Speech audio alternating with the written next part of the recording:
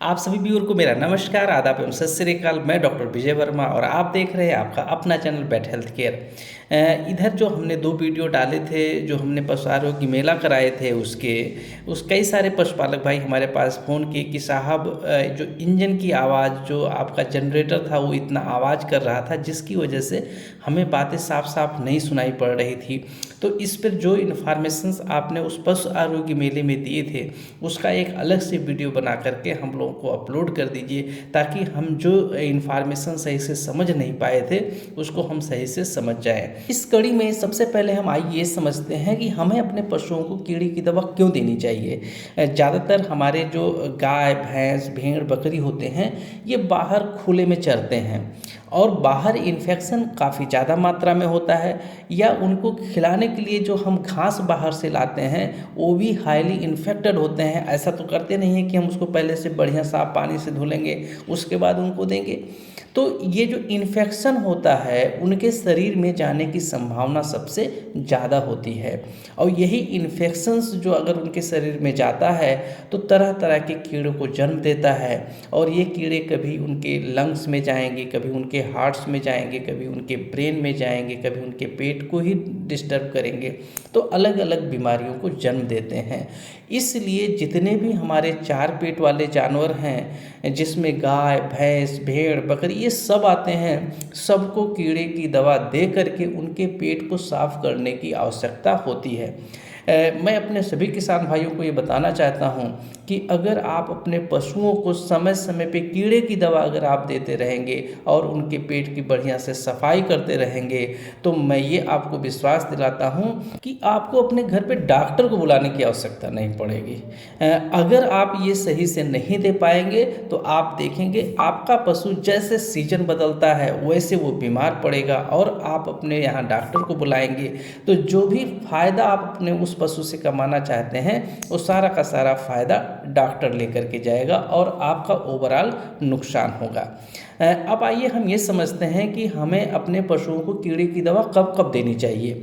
इसमें ध्यान दीजिएगा, जैसे हमारा बच्चा पैदा होता है उसके बाद से 6 माह तक प्रत्येक माह आपको अपने बच्चों को कीड़े की दवा देनी है। चाहे वो गाय का बच्चा हो या भैंस का बच्चा हो, भेड़ का बच्चा हो या बकरी का बच्चा हो, किसी का भी बच्चा हो, उसको प्रत्येक माह 6 महीने तक लगातार कीड़े की दवा देनी होती है, जिससे उसका पेट प्रॉपरली क्लीन रहे और उसको पेट से संबंधित कोई समस्या ना आए। इसके साथ साथ मैं एक और चीज़ आपको बताना चाहता हूँ कि जो हमारे पशु ऐसे हैं जिनकी उम्र 6 माह के ऊपर है, उनको प्रत्येक 3 माह के अंतराल पे कीड़े की दवा देने की आवश्यकता होती है। अगर प्रत्येक 3 माह में उसको कीड़े की दवा दे करके अगर उसका पेट आप बढ़िया से साफ रखते हैं तो उसका पेट या उससे संबंधित कोई भी समस्या उसको नहीं होगी। अब होता ये है कि हमारे जो पशुपालक होते हैं ज़्यादातर पढ़े लिखे नहीं होते हैं, और 3 माह का अंतर जो होता है वो इतना ज़्यादा होता भी नहीं है कि उनके दिमाग से उतर जाता है। तो इसका एक शॉर्टकट तरीका मैं अपने सभी पशुपालकों को बताता हूँ कि कम से कम साल भर में अगर प्रत्येक 3 माह पे नहीं दे पा रहे हैं तो 2 बार जरूर दें, और जो 2 बार आपको सिलेक्ट करना है, पहली बार बरसात से पहले देना है और दूसरी बार बरसात के बाद देना है।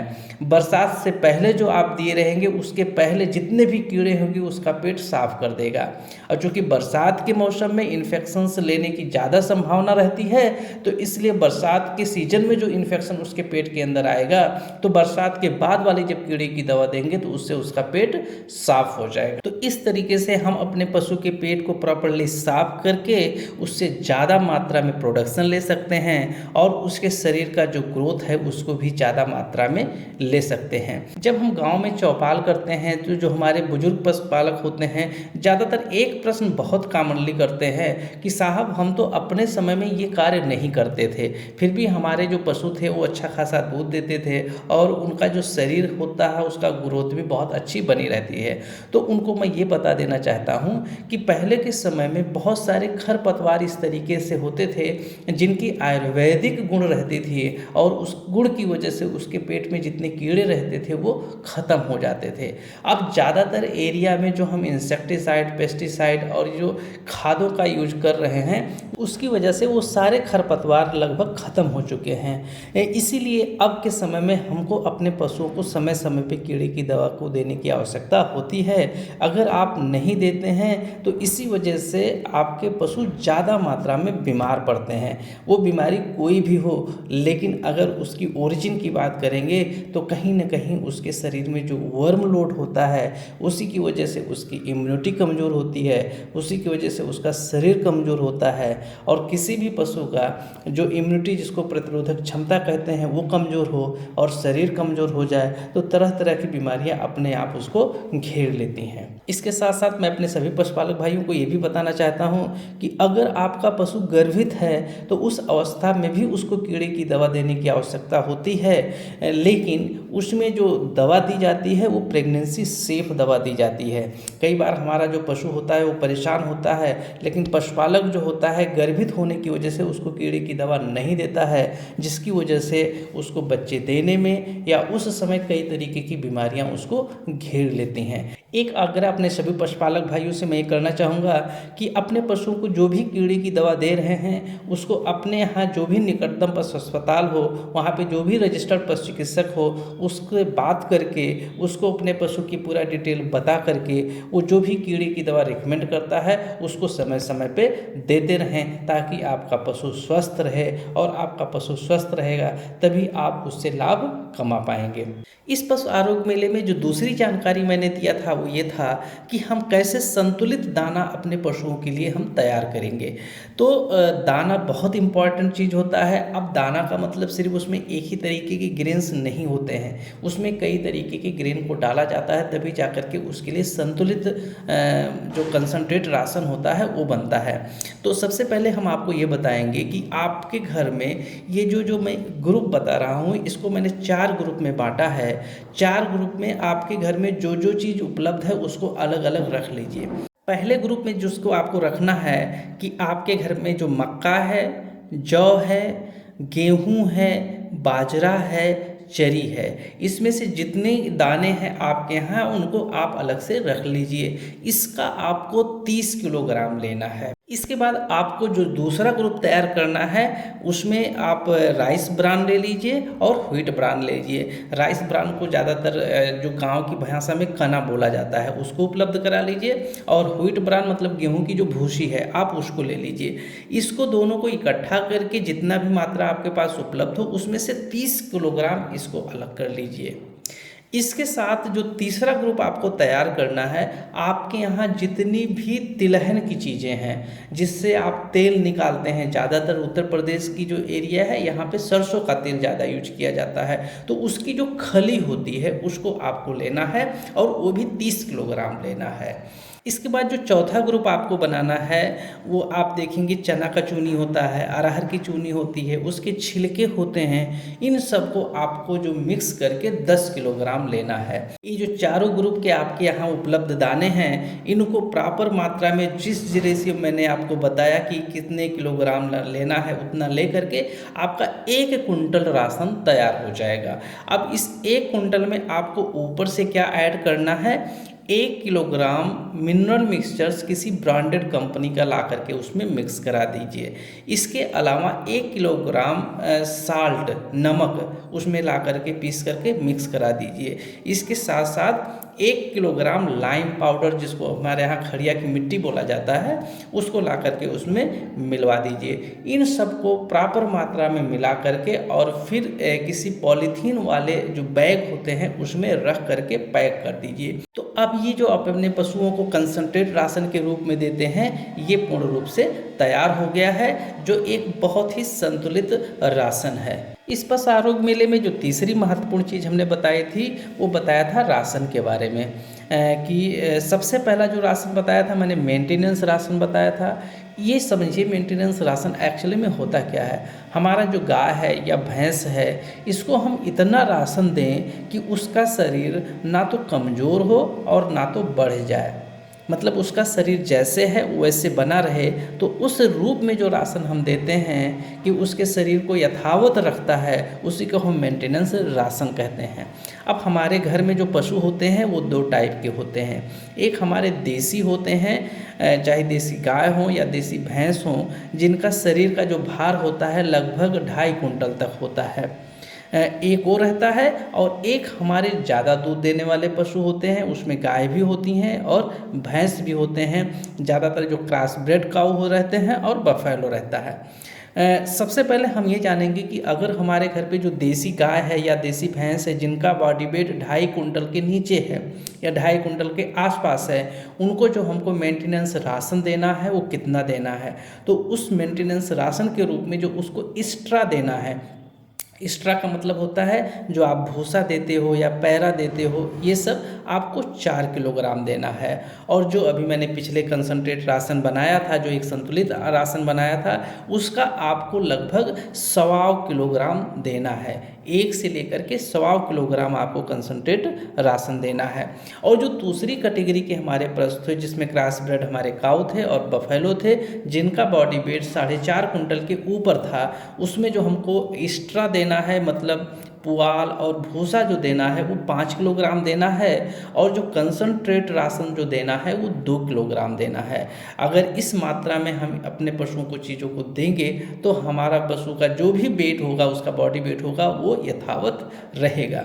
एक चीज़ आपको समझना है कि हमारे घर पे हरा चारा उपलब्ध रहता है, तो 1 किलोग्राम जो कंसंट्रेट राशन होता है वो 10 किलोग्राम हरा चारा के बराबर होता है। तो ये जो कंसंट्रेट राशन में 1.25 किलोग्राम या 2 किलोग्राम बता रहा हूँ, अगर उस पशु को आप 10 किलोग्राम हरा चारा दे रहे हैं तो उसमें से 1 किलोग्राम कंसंट्रेट राशन को हटा लीजिएगा। इसके साथ में जो दूसरी टाइप का राशन है वो जेस्टेशन राशन है। अगर हमारा पशु गर्भित हो गया है तो उस परिस्थिति में हमें उस पशु को कितना राशन देना है, तो प्रेगनेंसी के दौरान देने वाला जो राशन होता है उसको जेस्टेशन राशन के नाम से जानते हैं। पशुओं की गर्भावस्था में जो राशन हम देते हैं उसको 2 पार्ट में मैंने डिवाइड कर दिया है। पहला लास्ट के 1.5 माह के पहले का समय और दूसरा लास्ट के 1.5 माह, तो इन दोनों में अलग अलग तरीके का राशन दिया जाता है। तो सबसे पहले हम समझेंगे लास्ट के 1.5 माह के पहले जो गर्भावस्था होता है उसमें हम पशु को जो राशन देते हैं वो कितना देते हैं। तो जो पहली कैटेगरी हमारी थी जिसमें देसी गाय थी, देसी भैंस थी, जिनका बॉडी वेट 2.5 कुंटल के आसपास था, उसमें हम एक्स्ट्रा 4 किलोग्राम देते हैं।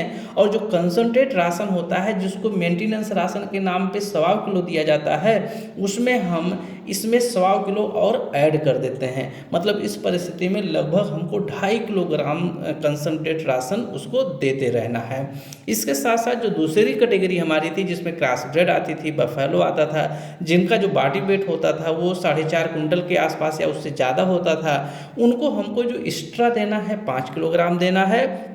और जो कंसंट्रेट राशन देना है, मेंटेनेंस राशन जो हमारा 2 किलोग्राम होता था, उसके ऊपर लगभग 2.25 किलोग्राम राशन और देना है। इस परिस्थिति में इस पशु को लगभग 4.25 किलोग्राम से लेकर के 4 किलोग्राम आपको कंसंट्रेट राशन देना पड़ेगा। एक चीज़ जैसा मैंने पहले बताया था कि 1 किलोग्राम कंसंट्रेट राशन 10 किलोग्राम हरे चारे के होता है। तो अगर जिस पशु को आप 10 किलोग्राम हरा चारा दे रहे हैं उसमें से 1 किलोग्राम कंसंट्रेट राशन को कम कर सकते हैं, या 20 किलोग्राम हरा चारा दे रहे हैं तो 2 किलोग्राम कंसंट्रेट राशन को कम कर सकते हैं। लास्ट के जो 1.5 माह आपको देना है उसमें समझिएगा जो पहला कैटेगरी का पशु है जिसमें हमारा देसी है, गाय है या भैंस है, जिसका बॉडी वेट 2.5 कुंटल है, उसमें हमारा जो मेंटेनेंस राशन रहता था लगभग 1.25 किलोग्राम रहता था, उसमें 2.5 किलोग्राम कंसंट्रेट राशन और बढ़ा देना है। मतलब अब इस पशु को लगभग 4.25 किलोग्राम कंसंट्रेट राशन देना रहेगा, और जो एक्स्ट्रा का मात्रा रहेगा वो वही 4 किलोग्राम रहेगा। और जो दूसरी कैटेगरी है जिसमें हमारा क्रॉस ब्रेड आते हैं, बफेलो आते हैं, जिनका बॉडी वेट 4.5 कुंटल के आसपास रहता है, उसमें जो कंसंट्रेट राशन हमारा रहता है, जो मेंटेनेंस राशन 2 किलोग्राम का था, उसके ऊपर 4.5 किलोग्राम हमको कंसंट्रेट राशन और बढ़ाना है। मतलब इस परिस्थिति में इसको 6.5 किलोग्राम कंसंट्रेट राशन देना है। इसके बाद जो हमारा तीसरे टाइप का राशन होता है, जिसको हम प्रोडक्शन राशन के नाम से जानते हैं, इसको तब दिया जाता है जब हमारा पशु दूध देने लगता है। जैसा कि मैंने पहले 2 कैटेगरी में अपने पशुओं को डिवाइड किया था, फिर एक एक कैटेगरी को लेकर के हम एक्सप्लेन करेंगे।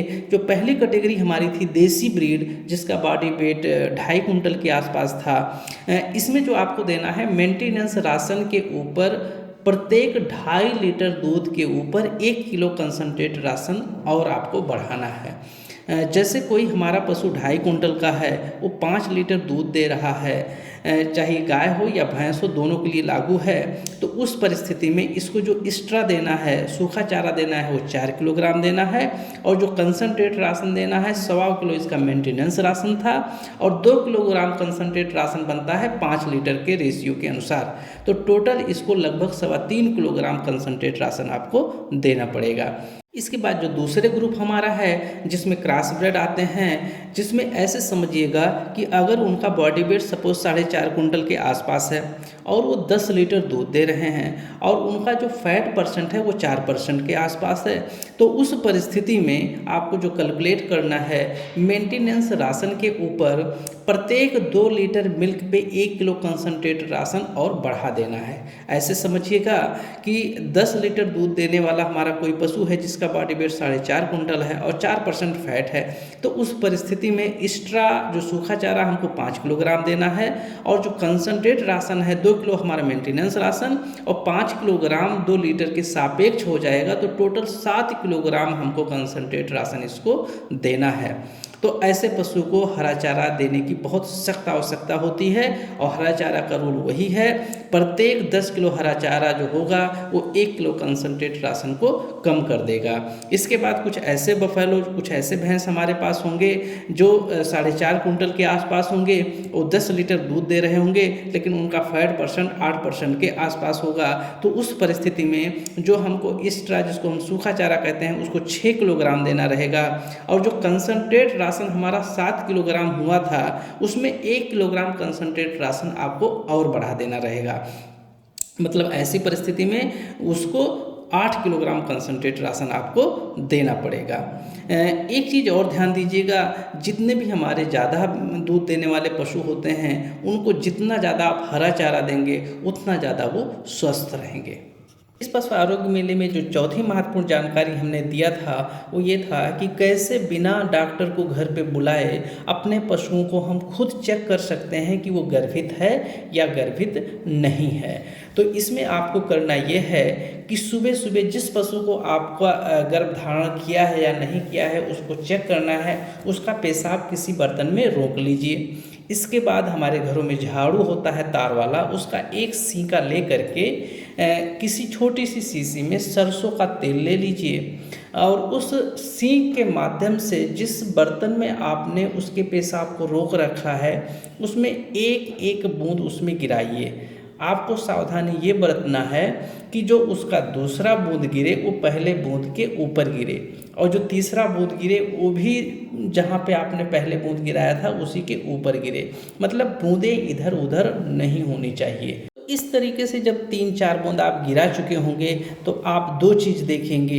पहली घटना या तो ये आपको ये दिखाई देगी कि वो सभी बूंदें अलग अलग हो जाएंगी, और दूसरी घटना या तो आपको ये दिखाई देगा कि जितनी बूंदें आपने एक के ऊपर एक गिराया था सब एक साथ जुड़े रहेंगे और वो फैलते चले जाएंगे। तो ऐसे समझिए, जब सभी बूंदें एक साथ जुड़ी हैं और फैल रही हैं, इसका मतलब हमारा पशु गर्भित है। लेकिन अगर हमने सपोज 4 बूंद गिराया और चारों बूंद अलग अलग हो गई, तो इसका मतलब हमारा जो पशु है वो गर्भित नहीं है। तो इस तरीके से आप अपने घर पे बिना डॉक्टर को बुलाए खुद पता कर सकते हैं कि हमारा पशु गर्भित है या गर्भित नहीं है। अगर गर्भित है तो उसका दाना है आप बढ़ाइए, ताकि वो पशु भी स्वस्थ रहे और उसका जो बच्चा बन रहा है वो भी स्वस्थ रहे। इसके साथ ये जो वीडियो आप रनिंग वीडियो देख रहे हैं, जिसमें एक गाय है जो हीट पे आई हुई है, जिसका जो सिक्रीशन है बहुत ही परफेक्ट है। कई बार हमारे जो पशुपालक होते हैं वो जान नहीं पाते हैं कि किस कलर का होना चाहिए, तो ये आप जो देख रहे हैं ये बहुत परफेक्ट कलर है। ऐसी परिस्थिति में हमारे पशु को रुकने की जो संभावना होती है वो बहुत प्रबल हो जाती है। आशा करता हूँ ये वीडियो हमारे जितने भी पशुपालक भाई हैं उन सब के लिए बहुत ही लाभान्वित सिद्ध होगा। इतनी देर तक हमारे वीडियो को वॉच करने के लिए आप इस व्यूअर का बहुत बहुत धन्यवाद। फिर मिलेंगे किसी और दिन किसी और केस के साथ, तब तक के लिए जय हिंद, जय भारत।